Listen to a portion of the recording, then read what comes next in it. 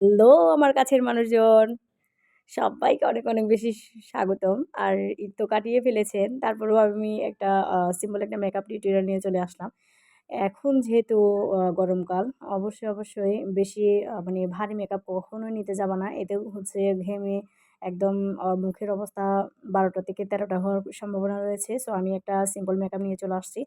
এখানে হচ্ছে আমি জাস্ট একটু ক্রিম দিছি। এরপরে পাউডার সেট করে নিয়েছি। পাউডার সেট করার পরে কিন্তু চোখে একটু শেড দিলাম। শেডটা কিন্তু দেখতে পাচ্ছ কি কালার আমি শেড ইউজ করেছি। আমি চাচ্ছি একটু স্মোকি থাকবে। কিন্তু আমি পুরোটা স্মোকি করি নাই।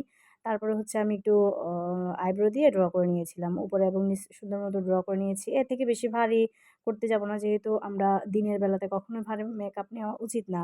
দেখতে একটু ভালো লাগে না। যদিও বিয়েবাড়িতে অথবা পার্টি কোনো অনুষ্ঠানে গেলে রাতের বেলাতে বা লাইটিং-টাইটিং একটু বেশি থাকলে তখন যদি ভারী মেকআপ নেওয়া যায় তাহলে খুব সুন্দর লাগে। কারণ তখন লাইটিংটাকে একটু ঝাক্কাস লাগে দেখতে। সো এখন আমি যেহেতু বাইরে যাব, সো সিম্পল করে সেজে নিয়েছি। কারণ হচ্ছে দিনের বেলাতে একটু দেখতে তেমন একটা ভালো না লাগলে তো চলে না। একটু ব্লাশ করে নিয়েছি যেন একটু চকাচক লাগার জন্য।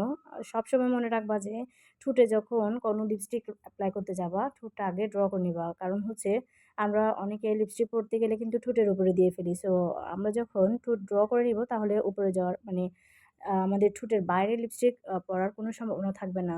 আমরা যখন ঠোঁট ড্র করিব সুন্দর মতো আমরা লিপস্টিক এপ্লাই করতে পারবো। দেখে নিয়েছো যে আমার সিম্পল মেকআপ করতে তো কারেন্ট গেছে চলে। পরে বাইরে গিয়ে কিন্তু একটু শুট করে দেখিয়ে দিলাম যে আমার ফাইনাল লুকটা কেমন হয়েছে। সো ভাল লাগলে আমার সাথে থাকবা। আমাকে লাইক করে সাবস্ক্রাইব করে আমার সাথে থেকে আমাকে এগিয়ে যেতে সাহায্য করবা। সুস্থ থাকবা, সুন্দর থাকবা। আল্লাহ হাফেজ।